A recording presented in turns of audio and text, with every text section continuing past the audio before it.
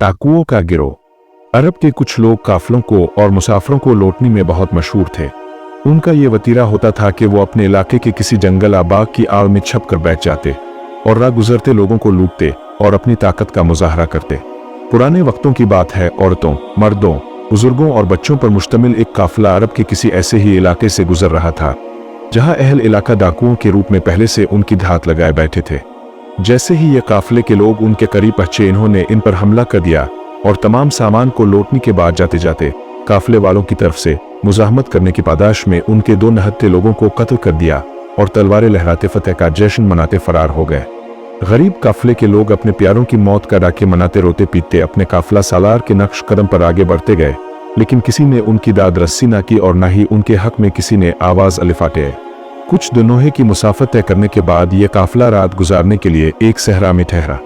काफिले की औरतें खाना पकाने का सामान करने लगे और मर्द हजरात आग जलाने के लिए आर्दिगत से लकड़ियों का बंदोबस्त करने लगे।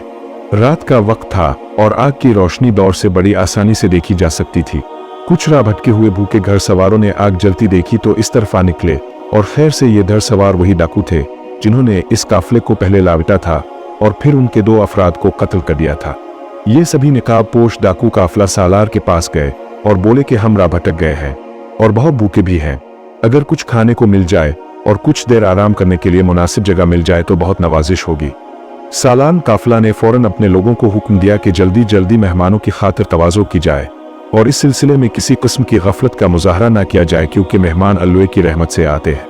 जब ये डाकू अच्छी तरह से खाना खा चुके और अपनी थकावट भी दूर कर चुके तो जाते जाते एक डाकू सालान काफिला से बोला, यकीनन अगर हमारे चेहरों पर निकाब ना होते और अब हमें पहचान लेते तो कभी हमारी इतनी खातिर मदद ना करते, क्योंकि अब जानते नहीं हो कि हम कौन हैं।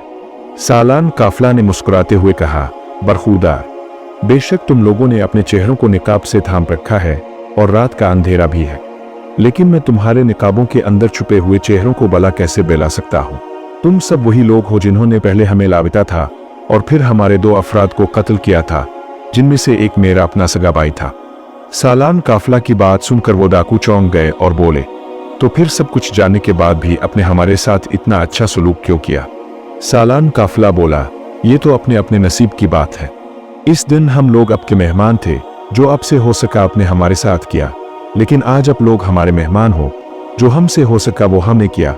अल्लाह तो सब देख रहा है, वही इसका अजर देगा।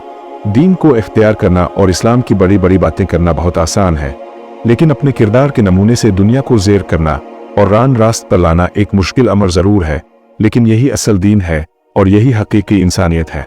अल्लाह ताला हमें हकीकी मुसलमान बनाए, आमीन। सवाब की नीयत से दूसरों को भी शेयर करे।